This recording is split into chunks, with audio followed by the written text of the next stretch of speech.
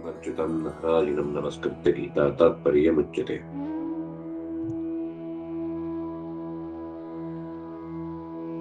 सर्वसमस्तगुणसम्पूर्णं सर्वदोषविवर्जितं नारायणं नमस्कृत्य गीता तात्पर्यमुच्यते।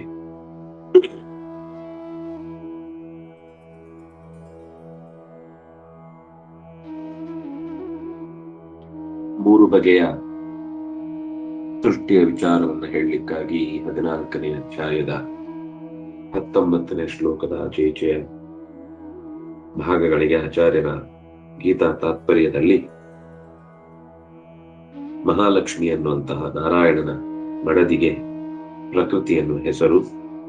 ಆ ಪ್ರಕೃತಿ ಮಾಲಿನಿಯಾದಂಥವಳು 3 ರೂಪಗಳಿಂದ ತತ್ವವನ್ನು ನಿರೂಪಣೆ ಮಾಡ್ತಾ ಸೃಷ್ಟಿಕಾಲದಲ್ಲಿ ಶ್ರೀ ಅನ್ನುವ ಸದ್ಗುಣ ಪ್ರಚೋದಕ ರೂಪವಾಗಿ ಬೆಳಗುತ್ತಾಳೆ.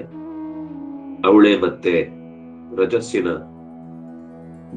ಭಾಗವಾಗಿ ಪ್ರಚೋದನೆ ಮಾಡುವ ಶಕ್ತಿಯಾಗಿ ರಂಜನ ಕರ್ತೃ ಸಂತೋಷವನ್ನ, ಕ್ರಿಯೆಯನ್ನ, ಚಟುವಟಿಕೆಯನ್ನ ಹುಟ್ಟಿಸುವಂತಹ ಭೂ ಅನ್ನುವ ಕ್ರಿಯಾ ಶಕ್ತಿಯಲ್ಲಿ ಸೃಷ್ಟಿಯನ್ನ ಮಾಡ್ತಾ ರಕ್ಷಣೆ ಮಾಡ್ತಾರೆ. ಈ ರೂಪವೇ ನಾವು ನೋಡುವ ಭೂಮಿಯಲ್ಲಿ ನೆಲೆಸಿ ಧರಾದೇವಿಯ ಜೊತೆಗೆ ಸೇರಿ ಅವಳಿಗೂ ಭೂಮಿ ಅನ್ನುವ ಹೆಸರು ಬರುವಂತೆ ಮಾಡಿದ್ದಾಳೆ. ಇನ್ನು ಜೀವರನ್ನೆಲ್ಲ ನಿದ್ದೆ ಬರಿಸುವ, ಜೀವರಿಗೆಲ್ಲ ನಿದ್ದೆ ಬರಿಸುವ ಮತ್ತು ಅವರ ಕೊನೆಯ ಉತ್ಕ್ರಮಣ ಕಾಲದ ಸಮಸ್ತ ಪ್ರಳಯ ಕಾಲದ ಶಕ್ತಿಯಾಗಿ ಕತ್ತಲೆಯನ್ನ, ಜ್ಞಾನದ ಆವರಕವನ್ನ, ಅಜ್ಞಾನದ ಆವರಕವನ್ನ ಉಂಟು ಮಾಡುವಂತಹ ದುರ್ಗಾರೂಪ ತಮ ಇತ್ಯೇವ ಕೀರ್ತಿತ. ಅವಳನ್ನು ತಮಃ ಅಂತನೂ ಕರೀತಾರೆ. ಎಷ್ಟೋ ಸರ್ತಿ ಅವಳನ್ನ ದುರ್ಗಾ ಅಂತ ಕರೆಯುವುದಿಲ್ಲ. ತಮಃ ಆಸೀತ್ ಅಂತಂದ್ರೆ ಆಗ ದುರ್ಗೆ ಒಬ್ಬಳಿದ್ಲು ಅಂತ. ಈ ಉಪನಿಷತ್ತಿನಲ್ಲಿ ನಾಸದಾಸೀತ್ ನೋಸದಾಸೀತ್ ತದಾನೀನ್ ಅನ್ನುವ ಮಂತ್ರದಲ್ಲಿ ತಮಸ್ಸಿತ್ತು ಅಂತ ಅಷ್ಟೇ ಹೇಳುತ್ತೆ. ಅದು ತಮಸ್ಸಿತ್ತು ಅಂತಂದ್ರೆ ತಮೋಭಿಮಾನಿನಿಯಾದ ದುರ್ಗೆ ಒಬ್ಳು ಆಗ ಎಚ್ಚರದಲ್ಲಿದ್ಲು ಅನ್ನುವ ಅಭಿಪ್ರಾಯದಲ್ಲಿ ಆ ಮಾತು ಬಂದದ್ದು.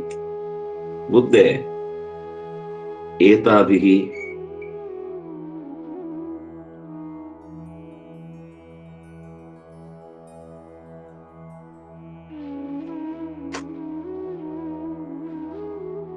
ಏತಾಭಿಹಿ ತಿಸೃಭಿಹಿ ಜೀವಾಃ ಸರ್ವೇ ಬದ್ಧಾಃ ಅಮುಕ್ತಿಕಾಃ.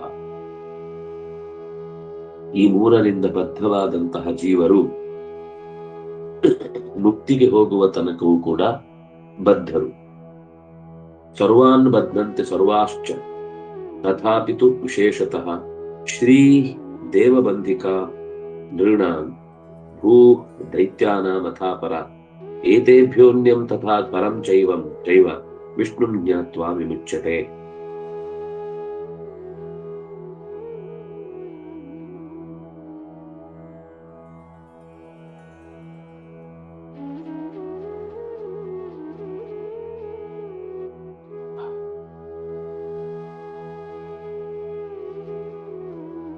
ಎಲ್ಲಿ? ಅಲ್ಲೇ ಇದೆ.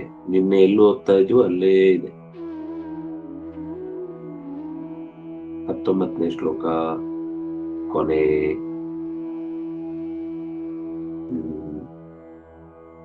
ಶ್ರೀ ದೇವಬಂಧಿಕಾ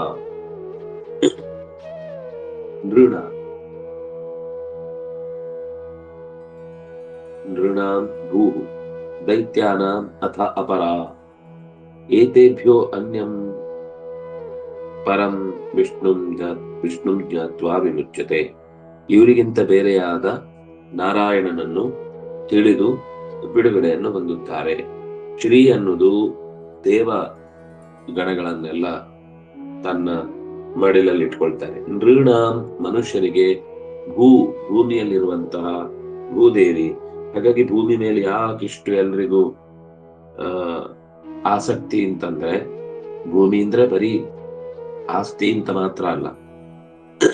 ಈ ವಸ್ತುಗಳ ಮೇಲೆ ಒಂದು ಗಾಡಿಯೋ, ಫೋನು ಅಥವಾ ಯಾವ್ದಾದ್ರೂ ವಸ್ತುಗಳು, ಮನೆಯೋ, ನೆಲವೋ, ತೋಟವೋ, ಗಿಡವೋ, ಕರುವೋ, ಹಸುವೋ, ಪ್ರಾಣಿಯೋ, ಪಕ್ಷಿಯೋ ಯಾವುದೋ ಒಂದರ ಮೇಲೆ ಸಿಕ್ಕಾಪಟ್ಟೆ ತಕ್ಷಣ ಅಭಿಮಾನ ಹುಟ್ಟಿಬಿಡುತ್ತೆ, ಅಥವಾ ಮನುಷ್ಯರ ಮೇಲೆ.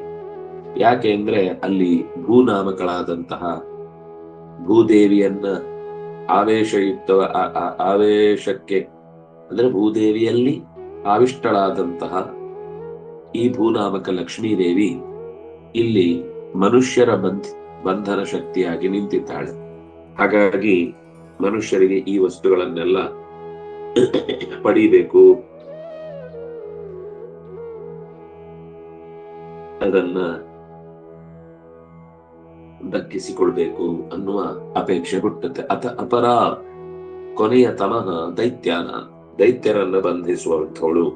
ಇವರೆಲ್ಲರಿಗಿಂತ ಅನ್ಯನಾದ ವಿಷ್ಣುವನ್ನ ತಿಳಿದಾಗ ಇವರಿಗೆ ಎಲ್ರಿಗೂ ಕೂಡ, ಅಂದ್ರೆ ಅದು ದೇವತೆಗಳಾಗಿರ್ಬೋದು, ಮನುಷ್ಯರಾಗಿರ್ಬೋದು, ದೈತ್ಯರಾಗಿರ್ಬೋದು, ಅದರಲ್ಲಿ ಯಾರು ಗುಣವಂತರೋ ಅವರು ನಾರಾಯಣನನ್ನು ತಿಳಿದು ವಿಮುಚ್ಯತೆ ನಿಶ್ಚಯವಾಗಿ ಬಿಡುಗಡೆಯನ್ನು ಹೊಂದುತ್ತಾರೆ. ಆದ್ರೆ ಏತೇಭ್ಯೋ ಅನ್ಯಂ, ಈ ಎಲ್ಲರಿಗಿಂತ ಅವನು ಬೇರೆ. ಯಾರು ಈ ರೀತಿ 3 ಗಣಗಳಿಗೆ ನಿಯಾಮಕಗಳಾಗಿ ವಸ್ತುತಃ ಸರ್ವಾನ್ನ ಬದ್ಧಂತೆ ಸರ್ವಾಷ್ಟ, ಈ ಮಾತನ್ನ ನೆನ್ಪಿಟ್ಕೊಳ್ಬೇಕು.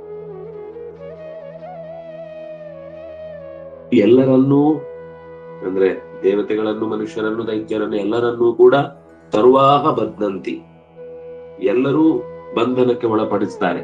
ಆದ್ರೆ ವಿಶೇಷತಃ ಶ್ರೀದೇವಿ ದೇವತೆಗಳನ್ನು, ಭೂದೇವಿ ಮನುಷ್ಯರನ್ನು, ದುರ್ಗಾದೇವಿ ದೈತ್ಯರನ್ನು ಆವರಿಸ್ತಾಳೆ. ನೆಕ್ಸ್ಟ್ ಪೇಜ್ ಅಲ್ಲಿ ಕೆಳಗಡೆ 24ನೇ ಶ್ಲೋಕ ಆದ್ಮೇಲೆ ಅಲ್ಲಿ 1-2 ಶ್ಲೋಕ ನೋಡಿ ಮತ್ತು ವಾಪಸ್ ಬರೋಣ. ಸಾಮರ್ಥ್ಯಾತಿಶಯಾದಾಸ ನೈತೇಭ್ಯೋ ವಿದ್ಯತೆ ಪರಃ, ಆಸಾಂ ಸಾಮರ್ಥ್ಯಾತಿಶಯ ಏತಾಭ್ಯಃ ಪರಃ ನ ವಿದ್ಯತೆ.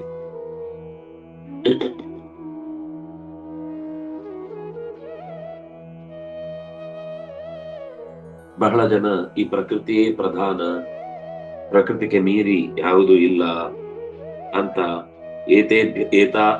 ಏತಾಭ್ಯಃ ಪರಃ ನಾಸ್ತಿ ಇತಿ ಯಾವತ್ ವಿಜಾನಾತಿ ತಾವತ್ತಂ ನೃಪಶುಂ ವಿದುಃ.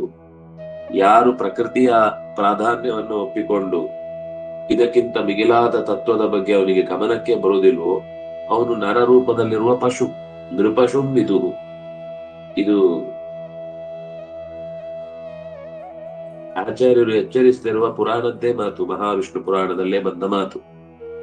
ಹಾಗಾಗಿ ಪುರಾಣದಲ್ಲಿ ಬಂದ ಸಂಗತಿಯನ್ನ ಎಚ್ಚರಿಸುವ ಮೂಲಕ ಗೀತೆ ಅನ್ನೋದು ಪುರಾಣದ ಸಾರ ಅನ್ನೋದನ್ನು ನಮಗೆ ಹೇಳಿದ ಹಾಗಾಯಿತು. ಸಾಮರ್ಥ್ಯ ಅತಿಶಯ ಮಾತ್ರ, ಇವರಲ್ಲಿ ಇರುವಂತ ಸಾಮರ್ಥ್ಯ ನಮ್ಮ ಲೋಕದಲ್ಲಿ ಬೇರೆಯವರಲ್ಲಿ ಕಾಣ್ಲಿಕ್ಕೆ ಸಿಗದೆ ಇರುವಂತದ್ದು. ಯಾಕೆಂದ್ರೆ ಇವರು ಬಂಧಕ ಶಕ್ತಿ ಆದಾಗ ಇವರನ್ನ ಬೇಡಬೇಕಾಗತ್ತೆ, ಎಷ್ಟು ಕಷ್ಟ ಇದೆ ಪರಿಸ್ಥಿತಿ ಅಂತ.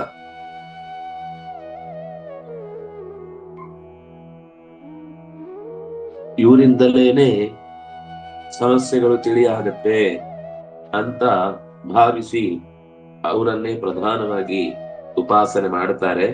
ಆದ್ರೆ ಅವರು ನೃಪಶುಗಳು. ಇತಿಯಾವತ್ ವಿಜಾನಾತಿ ತಾವತ್ತಂ, ಎಲ್ಲಿವರೆಗೆ.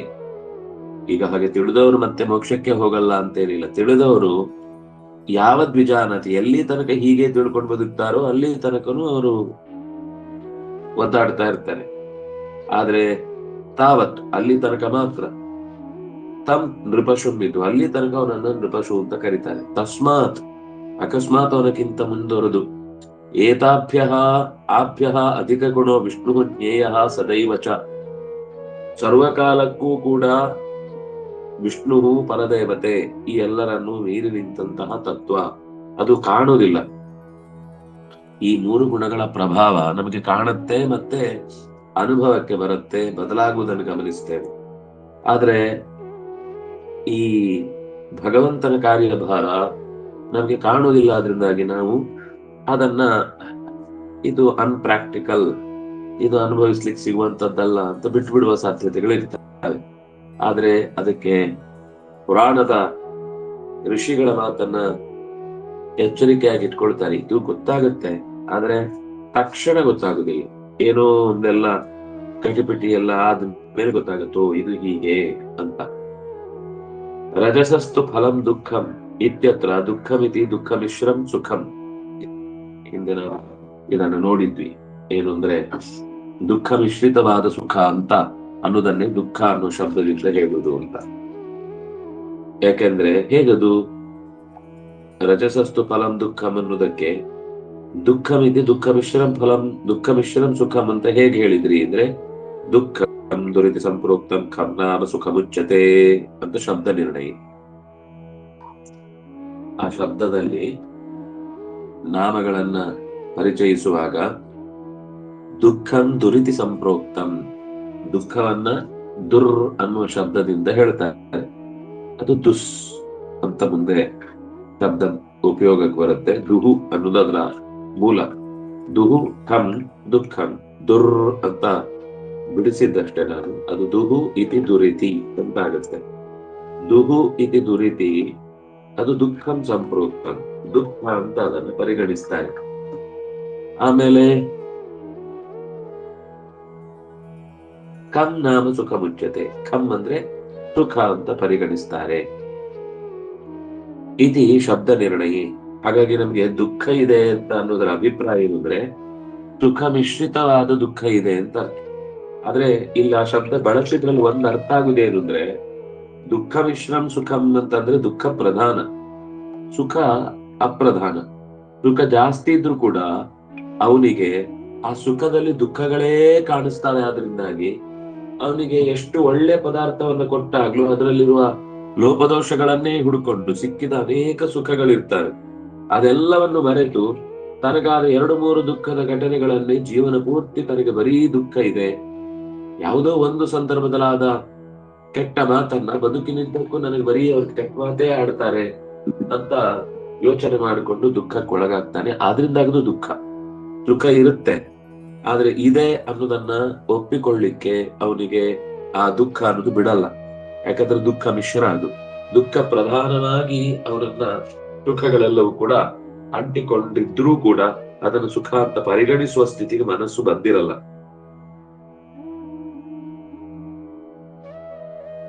ಹಾಗಾಗಿ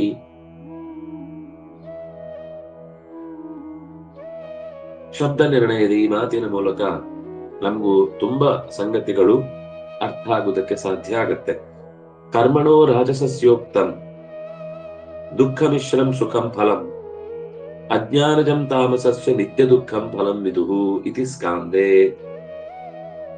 ಕರ್ಮಣೋ ರಾಜಸಸ್ಯೋಕ್ತಂ ರಾಜಸಸ್ಯ ಕರ್ಮಣಃ ದುಃಖ ಮಿಶ್ರಂ ಸುಖಂ ಫಲಮುಕ್ತಂ. ದುಃಖ ಮಿಶ್ರಿತವಾದ ಸುಖವನ್ನೇ ಕರ್ಮ ಮಾಡುವಾಗ ತುಂಬಾ ಕಷ್ಟ. ಕೊನೆಗೆ ಅವನಿಗೆ ಆ ಸುಖ ಬಂದದ್ದೇ ಗೊತ್ತಾಗ್ಲಿಲ್ಲ ಅಂದ್ರೆ ಸುಖ ಆಗಿರುತ್ತೆ, ಆದ್ರೆ ಈ ಕರ್ಮದ ಫಲ ಅಂತ ಗೊತ್ತಾಗದೆ ಮುಗಿದು ಹೋಗುದ್ರಿಂದ ಅವನಿಗೆ ಅದು ದುಃಖವೇ ಜಾಸ್ತಿ ಅನ್ಸತ್ತೆ. ಎಷ್ಟು ಮಾಡ್ಬೇಕಪ್ಪ, 4 ಸರ್ತಿ ಮಾಡುವಾಗ ಸಮಾಧಾನ ಅಂತ, 5ನೇ ಸರ್ತಿ ಮಾಡಿ ಮಾಡಿ ಮಾಡಿ ಮಾಡಿ ಸಾಕಾಯ್ತು. ಅಂದ್ರೆ ತಿಳಿದು ಮಾಡಿದ್ರೆ ಆವಾಗ ಒಂಥರ ಭಾವನೆ ಇರುತ್ತೆ, ಓ ಇದು ನಾನು ಹಿರಿಯರಿಗೆ ಕೊಡುವಂತಹ ಗೌರವ, ಇದು ಒಬ್ಬ ಜ್ಞಾನಿಗೆ ನಾವು ಈ ವಿಷಯ ಬಿಟ್ರೆ ಇನ್ನೆಲ್ಲೂ ತಿನ್ಲಿಕ್ಕೆ ಸಾಧ್ಯ ಇಲ್ಲ ಅಂತ ಎಚ್ಚರ ಇದ್ದು ಮಾಡಿದ್ರೆ ಅವನಿಗದು ಸುಖ ಕೊಡುತ್ತೆ. ಇಲ್ಲ ಅಲ್ಲಿ ಸಿಕ್ಕಿದ ಸುಖವನ್ನು ಕೂಡ ಅವನಿಗೆ ಏನು ಇಷ್ಟೆಲ್ಲ ಕಷ್ಟಪಟ್ಟ ಮೇಲೆ ಏನೋ ಕೊಟ್ರೆ ಏನು ಉಪಯೋಗ, ನಮ್ಗೆ ಬೇಕಾದಾಗ ಕೊಡ್ಬೇಕಿತ್ತು, ಅವ್ರಿಗೆ ಬೇಕಾದಾಗ ಕೊಡ್ಬೇಕು ಅಂತ ನಾವು ಕೊಟ್ಟ ಸುಖವನ್ನು ಕೂಡ ನಮ್ ಬೇಕಾದಾಗ ಸಿಗ್ಲಿಲ್ಲ ಅನ್ನೋ ಕಾರಣಕ್ಕೆ ಅದನ್ನು ದುಃಖ ಅಂತ ಭಾವಿಸ್ತೇವೆ. ಎಷ್ಟೋ ಜನಕ್ಕೆ ಅದೂ ಇಲ್ಲದೆ ಬದುಕಿದವರಿದ್ದಾರೆ. ನೀವೆಲ್ಲ ಸಮಾಧಾನದ ಮಾತು ಹೇಳ್ಬೇಡಿ, ಏನು ಅಂದ್ರೆ ನಾನು ಅನ್ಕೊಂಡ ಹಾಗೆ ಆದ್ರೆ ಮಾತ್ರ ಸುಖ ಅಂತ ಒಂದಿರುತ್ತಲ್ಲ, ಅದು ಕೂಡ ಸುಖ ಬಂದಾಗ್ಲೂ ದುಃಖ ಅಂತಾನೆ ಅನ್ಸುತ್ತೆ. ಹಾಗಾಗಿ ದುಃಖ ಮಿಶ್ರಂ ಸುಖಂ. ಇದು ರಾಜಸ ಪ್ರವೃತ್ತಿಯ ಫಲ. ಅಜ್ಞಾನಜಂ ಅಂತಂದ್ರೆ ಅಜ್ಞಾನದಿಂದ ಹುಟ್ಟಿದ್ದು, ಅದು ತಾಮಸ ಫಲ. ಅಜ್ಞಾನದ ಫಲ ಅಂತ ಅನ್ನೋದು ತಾಮಸದಿಂದ ಹುಟ್ಟಿದ ಫಲ, ತಮಸ್ಸಿನ ಪ್ರಭಾವದಿಂದ ಬರುವಂತಹ ಫಲ, ಅದು ನಿತ್ಯ ದುಃಖಂ ಫಲಂ ವಿದುಹು. ಅದು ನಿತ್ಯ ದುಃಖಕ್ಕೆ ಕಾರಣವಾಗುವಂಥದ್ದು. ಅಂದ್ರೆ ತಾತ್ಕಾಲಿಕ ದುಃಖ ಅಲ್ಲ, ಒಂದು ರೀತಿ ನಿರಂತರ ದುಃಖ. ಅವನಿಗೆ ಸುಖವನ್ನ ಪರಿಗಣಿಸ್ಲಿಕ್ಕೆ ಆಗದೆ ಇರುವಂತಹ ಸ್ಥಿತಿಯಲ್ಲಿ ಆತ ಆ ದುಃಖವನ್ನು ಅನುಭವಿಸ್ತಾ ಇರ್ತಾನೆ ಅಂತ ಇಷ್ಟು ಅಂಶಗಳನ್ನು ನಾವು ನೋಡಿದ ಹಾಗಾಗತ್ತೆ. ನಿತ್ಯ ದುಃಖಂ ಫಲಂ ವಿದುಹು ಇತಿ ಸ್ಕಾಂದೇ. ಈಗ ವಾಪಸ್ ಮೇಲ್ ಬರೋಣ 20ನೇ ಶ್ಲೋಕಕ್ಕೆ. 20ನೇ ಶ್ಲೋಕ. ಇಲ್ಲಿ ನಮಗೆ 19ನೇ ಶ್ಲೋಕದ ಭಾಷ್ಯ ಅಥವಾ ಹೌದು ಭಾಷ್ಯ ಏನಿದೆ ಅಂದ್ರೆ, ಪರಿಣಾಮಿ ಕರ್ತಾರಂ ಗುಣೇಭ್ಯ ಅನ್ಯಂ ನ ಪಶ್ಯತಿ. ಅವನು ಪ್ರಕೃತಿಗಿಂತ ಅನ್ಯವಾದ ವ್ಯಕ್ತಿಯನ್ನ ನೋಡುವುದಿಲ್ಲ. ಅಲ್ಲಿ ಏನ್ ಬಂತು ಮಾತು? ನಾಣ್ಯಂ ಗುಣೇಭ್ಯ ಕರ್ತಾರಂ ಯದಾ ದಟ್ಟಾನು ಪಶ್ಯತಿ. ಅಂದ್ರೆ ಪ್ರಕೃತಿಯನ್ನ ಬಿಟ್ಟು ಅನ್ಯಂ ನ ಪಶ್ಯತಿ ಅಂತ ಒಂದರ್ಥ. ಅನ್ಯಥಾ ಯದಾ ಪಶ್ಯತೆ ಋಗ್ವರ್ಣಂ ಕರ್ತಾರ ಬೀಜಂ ಪುರುಷಂ ಬ್ರಹ್ಮಯೋನಿಂ ಅನ್ನುವ ಶ್ರುತಿಯ ವಿರೋಧ ಬರುತ್ತೆ. ಈಗ ಇದನ್ನ ಬಹಳ ಜನ ಏನ್ ಹೇಳುದು, ಇಲ್ಲಿ ಅನ್ಯಂ ಗುಣೇಭ್ಯ ಕರ್ತಾರಂ ನ ಪಶ್ಯತಿ. ಒಬ್ಬ ಸಾಧಕನಾದವನು ಗುಣಗಳಿಗೆ ಪರಿಣಾಮಿ ಕರ್ತಾರ ಅಂತ ಶಬ್ದವನ್ನ ಚೂರು ಅದರ ವಿವರಣೆಯನ್ನು ಕೊಟ್ಟರು ಆಚಾರ್ಯರು. ಪರಿಣಾಮಿ ಕರ್ತಾರಂ, ಗುಣಗಳಿಗಿಂತ ಹೊರತಾದ ಅಂದ್ರೆ ಜಗತ್ತಾಗಿ ಬದಲಾಗುವುದು ಅಂತ ಹೇಳ್ತಾರಲ್ಲ, ಇಂಥವನನ್ನ ಯಾರು ಇಲ್ಲಿ ತನಕ ಕಂಡಿಲ್ಲ ಶಾಸ್ತ್ರದಲ್ಲಿ. ಕೆಲವರು ಹಾಗೆ ಹೇಳ್ತಾರೆ, ಭಗವಂತನಿಗೆ ಅವನೇ ಪರಿಣಾಮ ಹೊಂದಿ ಜಗತ್ತಾಗಿ ಬದಲಾಗ್ತಾನೆ. ಅದು ನಿಮ್ಗೆ ನೋಡುವಾಗ ಹಾಗೆ ಕಾಣುತ್ತೆ, ಆದ್ರೆ ನಿಜವಾಗಿ ದೇವರೇ ಜಗತ್ತಾಗಿ ಪರಿಣಾಮ ಹೊಂದುತ್ತಾನೆ ಅಂತ ಈ ಒಂದು ವಾದ ಇದೆ. ಅದನ್ನ ಇಲ್ಲಿ ಗೀತ ಕಟಾಕ್ಷ ಮಾಡಿದ್ದನ್ನ ಆಚಾರ್ಯರು ಗುಣೇಭ್ಯ ಅನ್ಯಂ, ಲೋಕದ ಈ ಗುಣಗಳಿಂದ ರಹಿತನಾದ ಆದ್ರೆ ಜಗತ್ತಾಗಿ ಬದಲಾದ ಒಬ್ಬ ಶುದ್ಧ ಬ್ರಹ್ಮನ ಬಗ್ಗೆ ಹೇಳ್ತಾರೆ. ಇದನ್ನ ಜ್ಞಾನಿಗಳು ನ ಪಶ್ಯತಿ, ಜ್ಞಾನಿಯಾದವನು ಕಾಣುವುದಿಲ್ಲ. ಯಾಕಂದ್ರೆ ಅವನಿಗೆ ಅಂತದ್ದೊಂದು ಸ್ವರೂಪವೇ ಗೊತ್ತಿಲ್ಲ ಎಲ್ಲೂ. ಯಾಕೆ ಹೀಗೆ ಯಾಕೆ ಹೇಳ್ತೀರಿ ಅಂದ್ರೆ, ಪಶ್ಯ ಅಂದ್ರೆ ಇಲ್ಲಿ ಜೀವ ಅಂತ ಅರ್ಥ. ಯದಾ ಪಶ್ಯ ಋಗ್ವರ್ಣಂ ಕರ್ತಾರಂ ಈಶಂ ಪುರುಷಂ ಬ್ರಹ್ಮಯೋನಿಂ ಪಶ್ಯತಿ.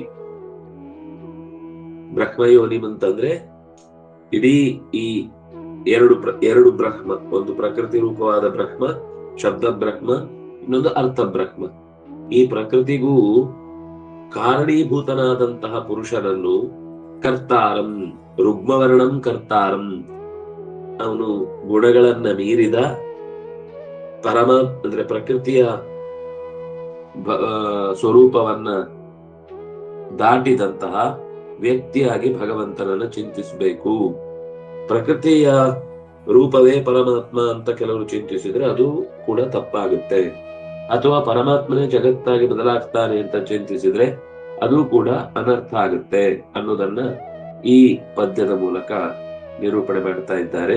ಕರ್ತಾರಂ, ಅವನು ಕರ್ತಾರ, ಆದರೆ ರುಗ್ಮವರ್ಣಂ, ಬಂಗಾರದ ಮೈ ಬಣ್ಣದವನು, ಗುಣ ಇಲ್ಲ ಅಂತ ಹೇಳಬೇಡಿ. ಗುಣಗಳಿಗೆ ಗುಣರಹಿತನಾದ ಜಗತ್ತಾಗಿ ಪರಿಣಾಮ ಹೊಂದುವ ಅನ್ಯಂ, ಒಬ್ಬ ಬೇರೆಯದೇ ಆದಂತಹ ಬ್ರಹ್ಮನನ್ನು ಕಾಣುವುದಿಲ್ಲ. ಯಾಕಂದ್ರೆ ಅಂತದ್ದೊಬ್ಬ ಬ್ರಹ್ಮ ಅಂತಿಲ್ಲ. ಇವನೇ ಕರ್ತೃ, ಇವನೇ ಜ್ಞಾನಮಯ, ಇವನೇ ನಿಮಿತ್ತ ಕಾರಣನಾಗಿ ಇಡೀ ಅದರ ಕರ್ತಾರಂ, ನಿಮಿತ್ತ ಕರ್ತೃ ಆಗಿ ಈಶನಶೀಲ. ಯಾಕೆ ಈ ಶಬ್ದವನ್ನ ಹಾಕಿದ್ರು ಅಂತಂದ್ರೆ, ರುಗ್ಮವರ್ಣಂ ಅನ್ನೋ ಶಬ್ದ, ಪುರುಷಂ ಅನ್ನೋ ಶಬ್ದ, ಕರ್ತಾರಂ ಅನ್ನೋ ಶಬ್ದ, ಈಶಂ ಅನ್ನೋ ಶಬ್ದ, ಬ್ರಹ್ಮಯೋನಿಂ ಅನ್ನೋ ಶಬ್ದ ಯಾಕೆ ಹಾಕಿದ್ರು ಅಂದ್ರೆ, ಈ ಶ್ರುತಿ ಭಗವಂತನಿಗೆ ಗುಣವಂತ ಅಂತ ಹೇಳ್ತಾ ಇದ್ದೆ ಹೊರತು ಅವನು ನಿರ್ಗುಣ ಅಂತ ಅನ್ನೋ ಶಬ್ದವನ್ನ ಹೇಳ್ತಿಲ್ಲ, ಹೇಳಿಕ್ಕಾಗುದೂ ಇಲ್ಲ. ಅವನು ಈ ಎಲ್ಲ ಗುಣಗಳನ್ನ ಮೀರಿ ನಿಂತವ. ಹಾಗಾಗಿ ಇದು ಶ್ರುತಿಗೆ ಅತ್ಯಂತ ವಿರುದ್ಧವಾದ ಚಿಂತನೆ ಆಗುತ್ತೆ. ಯಾಕೆಂದ್ರೆ ನಾಣ್ಯಂ ಗುಣೇಭ್ಯ ಕರ್ತಾರಂ, ಇದೆಲ್ಲ ಪರಿಣಾಮಿ ಕರ್ತೃವಾಗಿ ಭಗವಂತನನ್ನ ಕಾಣ್ತಾರೆ ಅನ್ನುವ ಅರ್ಥವನ್ನ ಹೇಳಲಿಕ್ಕೆ ಹೋದ್ರೆ ಹಾಗೆ ಹೇಳಲಿಕ್ಕೆ ಬರುವುದಿಲ್ಲ. ನ ಪಶ್ಯತಿ ಗುಣೇಭ್ಯ ಪರಿಣಾಮಿ ಕರ್ತಾರಂ ಅನ್ಯಂ ದ್ರಷ್ಟ ಯದಾ ಪಶ್ಯತಿ ನಾ ಅಂತ ಆ ರೀತಿ ಅರ್ಥ ಮಾಡಿದ್ರು. ಅದಕ್ಕೆ ಅನುಪಶ್ಯತಿ ಅಂತ ಶಬ್ದ ಇದೆ ಅಲ್ಲಿ, ಬರೀ ಪಶ್ಯತಿ ಅಂತಿಲ್ಲ. ಶಾಸ್ತ್ರಕ್ಕೆ ಅನುಗುಣವಾಗಿ ಕಾಣಬೇಕು. ಈ ಗುಣಗಳಿಲ್ಲದ ಒಬ್ಬ ಬ್ರಹ್ಮ ಅನ್ನೋದನ್ನ ಶಾಸ್ತ್ರ ಎಲ್ಲೂ ಹೇಳಲೇ ಇಲ್ಲ. ಅವನಿಗೆ ನಿರ್ಗುಣ ಗುಣಭೋಕ್ತೃಚ, ನಿರ್ಗುಣ ಅಂತ ಹೇಳಿ ಗುಣಭೋಕ್ತೃವಾಗಿ ಇದ್ದಾನೆ ಅಂತ ಹೇಳುವುದರ ಅರ್ಥ ಏನು? ಗುಣಭೋಕ್ತೃ ಅನ್ನೋದು ಮತ್ತೆ ಗುಣವೇ. ಹಾಗಾದ್ರೆ ನಿರ್ಗುಣ ಅನ್ನುವ ಶಬ್ದದ ಅರ್ಥ ಏನು? ತತ್ವರಜಸ್ತಮಸ್ಸು ಗುಣಗಳ ಬದ್ಧತೆ ಅವನಿಗಿಲ್ಲ. ಅದನ್ನ ಗುಣೇಭ್ಯ ಅನ್ಯಂ ಅಂತ ಹೇಳ್ತಾ ಇರುವುದು. ಗುಣಗಳಿಗೆ ಮೀರಿದಂತಹ ಅಂತ ಹೇಳ್ತಾ ಇರುವುದು, ಗುಣಗಳೇ ಇಲ್ಲದವ ಅಂತ ಅರ್ಥ ಅಲ್ಲ. ಗುಣೇಭ್ಯಶ್ಚ ಪರಂ ವೇತ್ತಿ ಮದ್ಭಾವಂ ಸೋಧಿ ಗಚ್ಚತಿ. ಗುಣೇಭ್ಯಶ್ಚ ಪರಂ, ಪ್ರಕೃತಿಗಿಂತ ಮೀರಿ ಬದುಕಿದ್ದಾನೆ ಅಂತ, ಪ್ರಕೃತಿಯನ್ನು ಅವನು ದಾಟಿದ್ದಾನೆ ಅಂತ ಯಾರು ತಿಳ್ಕೊಳ್ತಾನೋ ಅಂದ್ರೆ ಏನರ್ಥ ಆಯ್ತು? ಅವನು ಪ್ರಕೃತಿ ಸ್ವರೂಪ ಅಲ್ಲ ಅಂತ ಆಯ್ತು. ಹಾಗಾಗಿ ಪರಿಣಾಮಿ ಕರ್ತೃವಾಗಿ ಅವನನ್ನ ಯಾರಾದ್ರೂ ನೋಡ್ತಾನೆ ಅಂತ ಹೇಳಿದ್ರೆ ಅದು ತಪ್ಪಾಗುತ್ತೆ. ಅದಕ್ಕಿಂತ ಪರ, ಪ್ರಕೃತಿಯನ್ನು ಮೀರಿದವನಾಗಿ ಯಾರು ಭಗವಂತನನ್ನು ಚಿಂತಿಸುತ್ತಾನೋ ಅವನು ಭಗವಂತನಂತೆಯೇ ಪ್ರಕೃತಿ ಭಾವವನ್ನ ಮೀರಿದವನಾಗಿ, ಮದ್ಭಾವಂ ಸೋಧಿ ಗಚ್ಚತಿ ಅಂತಂದ್ರೆ ಪ್ರಕೃತಿ ಭಾವವನ್ನು ಮೀರಿದವನಾಗಿ ತನ್ನ ಬದುಕನ್ನ ಕಳೀತಾನೆ. ನಾಹಂ ಕರ್ತ ನ ಕರ್ತಾ ತ್ವಂ ಕರ್ತ ಯಸ್ತು ಸದಾ ಪ್ರಭು ಇತಿ ಮೋಕ್ಷ ಧರ್ಮೇ. ಹಾಗಾಗಿ ಜೀವ ಎಂದೂ ಕರ್ತ ಆಗುದಿಲ್ಲ ಅಂತ ಅಭಿಪ್ರಾಯ ಏನು? ಸರ್ವದಾ ಕರ್ತೃತ್ವ ಇರುವುದು ಭಗವಂತನಿಗೆ. ನಾಹಂಕರ್ತ ನ ಕರ್ತಾ ತ್ವಂ, ಇದು ಮೋಕ್ಷ ಧರ್ಮದಲ್ಲಿ ಭೀಷ್ಮಾಚಾರ್ಯ ಯುಧಿಷ್ಠಿರನಿಗೆ ನಾನೂ ಅಲ್ಲ ನೀನೂ ಅಲ್ಲ. ನಾನು ಹೇಳ್ತಾ ಇದ್ದೇನೆ ಮೋಕ್ಷ ಧರ್ಮ ಅಂತ ಚಿಂತನೆ ಮಾಡಿದ್ರೆ ಅದು ನಾನಲ್ಲ. ನೀನು ಮೋಕ್ಷ ಧರ್ಮ ಕೇಳ್ತಾ ಇದ್ದಿ, ಈಗ ಮೋಕ್ಷ ಆಗ್ಬಿಡತ್ತೆ ಅಲ್ಲ. ನಾವಿಬ್ರು ಕೂಡ ಕೇಳಿಸ್ಕೊಡ್ತಾ ಇದ್ದೇವೆ ಅನ್ನೋದ್ರಲ್ಲಿ ಆ ಸ್ವಾತಂತ್ರ್ಯದಿಂದ ಕೂಡಿದ್ದಲ್ಲ. ಸ್ವಾತಂತ್ರ್ಯ ಕೂಡಿದವನು ಇಲ್ಲಿ ಪಕ್ಕದಲ್ಲಿ ಒಬ್ಬ ಕೂತಿದ್ದಾನಲ್ಲ, ಏನು ಗೊತ್ತಿಲ್ಲದ ಒಂಥರ, ಅವನು ಇದರ ನಿಜವಾದ ಸದಾ ಪ್ರಭು. ಪಕ್ಕದಲ್ಲಿ ಕೂತ ಪ್ರಭು ಯಾರಿದ್ದಾನೆ? ಪ್ರಭು ಸಾಕ್ಷಿ ಅಂತ ಗೀತೆಯಲ್ಲೇ ಹೇಳಿದ ಮಾತಿನ ಹಿನ್ನೆಲೆಯಲ್ಲಿ ಕೃಷ್ಣನೇ ಇದಕ್ಕೆ ಕರ್ತ ಹೊರತು ನಾಹಂಕರ್ತ ನ ಕರ್ತ ತ್ವಂ ಎಷ್ಟು ಕರ್ತಾಯಸ್ತು ಸದಾ ಪ್ರಭು. ಅವನು ನಿಜವಾಗಿ ಇದರ ಮೂಲ ಕರ್ತ ಅನ್ನೋದನ್ನ ಈ ಪದ್ಯದ ಮೂಲಕ ನಿರೂಪಣೆ ಮಾಡಿದ್ರು. ಮುಂದೆ ಈ ಗುಣಗಳನ್ನ ಮೀರುವುದರ ಬಗ್ಗೆ ಏನು ಹೇಳ್ತಾನೆ ಅನ್ನೋದನ್ನ ನಾಳೆ ಮತ್ತೆ ಅನುಸಂಧಾನ ಮಾಡೋಣ. ಶ್ರೀ ಹರಿಪ್ರಿಯತಾಂ ಶ್ರೀಕೃಷ್ಣ ಅರ್ಪಣಮಸ್ತು.